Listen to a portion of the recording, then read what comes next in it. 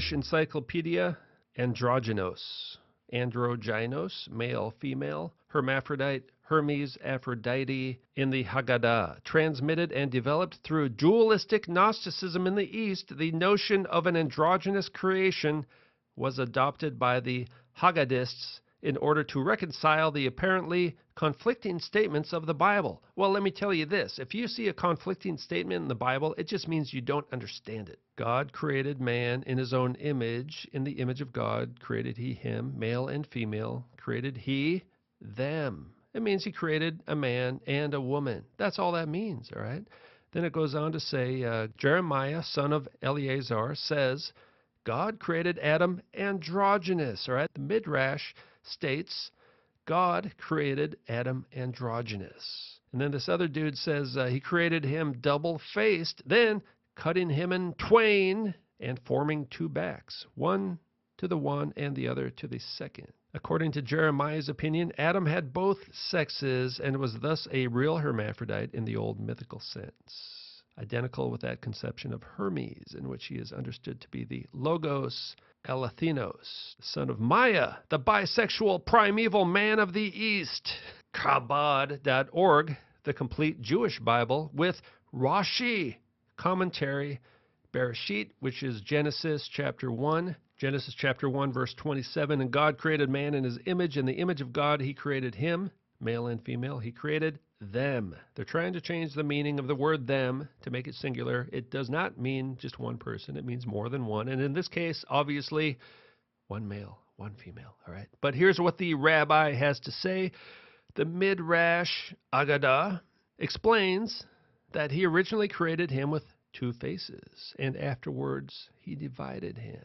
Well, what two faces would those be? Well, the same two faces. In fact, he quotes this Genesis Rabbah 8:1. We're going to look at that, all right? We're going to look at that next to see what those two faces were, right? And I think we know the answer, right? It's the same two faces that Plato talked about and that all these ancient religions talk about, all right? And I personally believe it came from the pre-flood Nephilim kingdom. This is what the fallen angels were teaching people back then, to try to wipe us out, turn us all into abominations, all right? The Midrash Rabbah, when the Holy One, blessed be he, created Adam, he created him a hermaphrodite, bisexual. And there's a footnote. We're going to read the footnotes in a minute. For it is said, male and female created he them and called their name Adam. Well, that means human, all right? When the Lord created Adam, he created him double-faced. Then he split him and made him of two backs, one back on this side and one back on the other side. He created him as a lifeless mass extending from one end of the world to the other. Now, the Freemasons talk a lot about this as well, and the Theosophists. He created him filling the whole world, all right? That's the androgynous Adam. That's the cosmic androgyne. They believe that's like the Force, right? Star Wars. The entire universe is an androgyne. And we're all androgynes too. We just don't know it. That's basically what these people believe. That's the New World Order religion.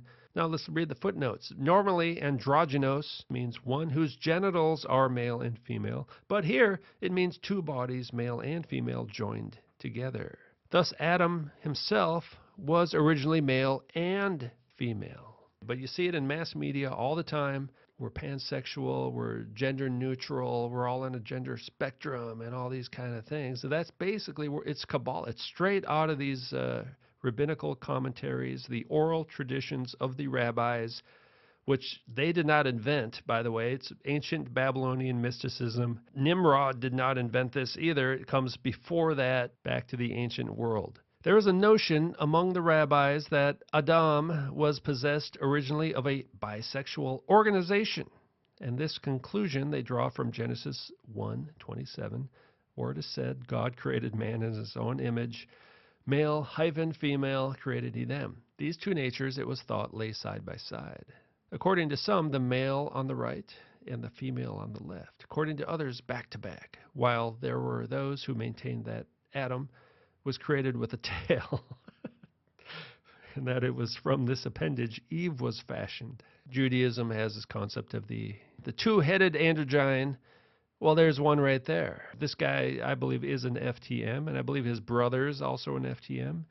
We got ourselves a power trans couple, all right? Possibly the most powerful trans couple in the United States.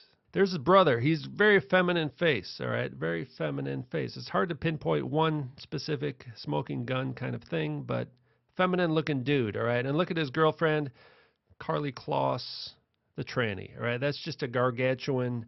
That's a Nephilim, all right? The Nephilim have returned and they're trannies, all right? They're not giants, but this one's kind of a giant. Purple dress, man with lipstick, the shoulders. Whoa, look at that body, man, all right? That's a male body.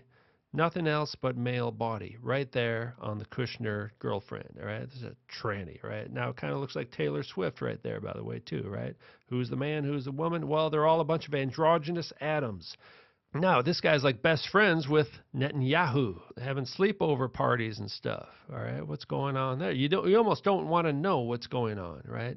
You really don't want to know the details. It gets very strange. But they're having sleepovers, all right? I mean, the writing's on the wall. It looks like Mr. Netanyahu's married to a man, just like most of these people, right? And now look at this guy. This guy, I haven't confirmed this, but everyone says this guy is a dual American and Israeli citizen. And I guess a lot of Jews can become Israeli citizens fairly simply. And they say a lot of people in Congress actually are like that. That's his husband, Mr. Iris Weinschall, Chief Operating Officer and Treasurer of the New York Public Library. Well, a well-read tranny. Now, this one, a lot of people know about this. I've mentioned this before, but we just have to let this sink in, all right? Members of Congress, the government, the highest-ranking people in the United States government, they're Jews, and their families are full of trannies, all right? They're practicing this vile, disgusting abomination, all right? These are the abominations God told the people to not do. 3,000, 4,000 years ago, people were practicing androgyny, and God's like, hey, man, don't do it. It's an abomination. Don't do the abominations that the other nations are doing. Well, this is the other nations. We're living in a nation controlled by people from those other nations, all right? There's Obama and the abominations, all right? His entire family is a bunch of trannies, and there's Schumer's right there, perving out on the tranny. And this is Schumer's nephew, Amy Schumer, born feminist. That's code word. That's a tranny. On the cover of Ms. Magazine, all right? That's how they operate. They're on the cover of women's magazines, all right? And that's Mr. Schumer's daughter getting married to another woman, all right? And who knows, are they a bunch of trannies as well? And look at the little witch in the middle there with the red hat. There's a witch right there in the middle while they're signing the Equality Act. And there's Pelosi's son, Alex, all right? It's just, I mean, it's the same thing. It just goes on and on and on. They're all a bunch of trannies, and they want to turn us into a bunch of trannies too. Why? Because that's their religion, all right? That's the satanic agenda to wipe us out, to destroy us, all right? How many children are these trannies going to have? Not too many, unless you get them from the Hirschlag Fertility Clinic and the London Hatchery and Conditioning Center and the island of Dr. Moreau. Otherwise, you're not having any kids, all right? They're trying to recreate us in their own image. They're trying to divorce us completely from God, trying to establish their satanic kingdom. Pearl necklace. Yeah, well, the pearls, the secret sauce, the oral traditions of the rabbis, all right? Do the kiss test. Any men out there want to kiss this person? No.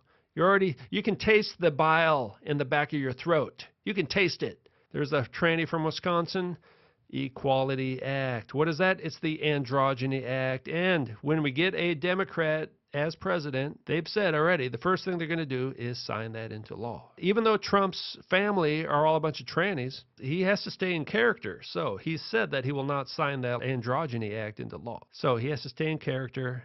But his family are a bunch of trannies. He's probably a tranny as well. So they're changing humanity into the image of the beast. If you just turn on the TV, you'll see the trannies, all right? Your television is infested with trannies, and soon they will pass laws where we can't talk about the trannies anymore. We won't be able to talk about Judaism, Freemasonry, alchemy, Kabbalah, and the trannies, all right? And they're all the same thing. Turn us into abominations. Create this thing called mass media. Put up screens in front of everybody, right? We spend most of our time in front of a screen these days and put the image of a tranny on the screen, which is really the image of an abomination, then pass laws and brainwash people to become an abomination. And if everyone becomes an abomination, then God cannot return without killing all of us.